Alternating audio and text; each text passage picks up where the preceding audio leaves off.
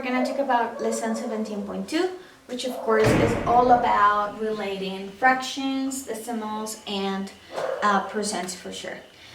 What is the key here? Well, we have to do a lot of mental math if we want to get past at this point, because right now it's all about knowing, because we already got to learn how to do it. It's just about applying everything we've learned already. Okay. First thing we need to figure out is, do we know by heart the factors of 100? That's gonna be very helpful. So we actually should know them. If we have them in our minds, then everything else is gonna be very easy for us. As for instance, if you go to point 3, I believe they say 1 out of 4. And they ask you to write it down in different ways, right? Percent, fraction, decimal. So how are we gonna do that? Well, first thing we need to understand, this is a ratio, and we have to write it down as a fraction.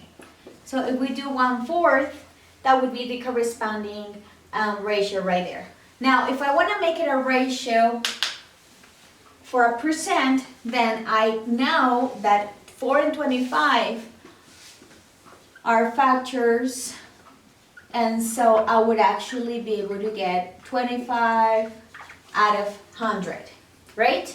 And knowing that, I'm actually able to see how this is gonna become 25%, right?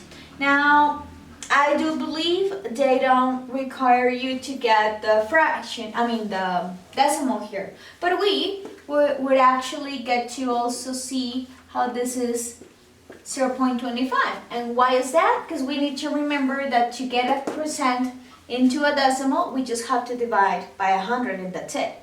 So that's how I get 0.25, all right? Now if you think about number 8, actually, sorry. Better keep it in my mind.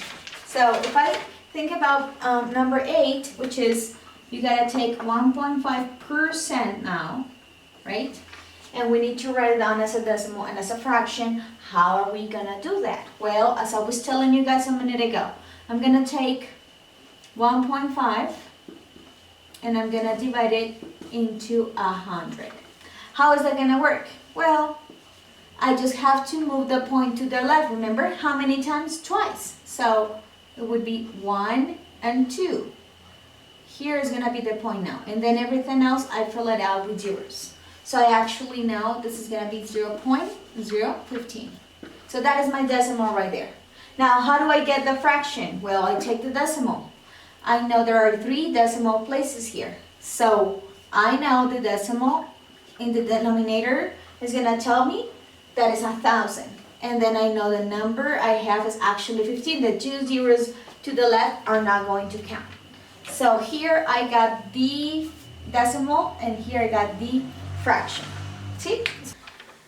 So in terms of problems, if you go to number 29, we have a circle graph right there that has the distribution of stores in a mall. So we have to actually figure out how to work with the percentages they show us there. Now, number 29, it says, what kind of a store? What kind of a store represents, what store represents the 2%? Is it the 2%? Nope. The 0.2 is the thing. 0.2 in the circle for sure. So what is it? Well, if you think about the regions we have right there in the circle graph, we actually have a 20% region, we have an 8% region, we also have a 15% region, a 55% region, and we also have a 2% region.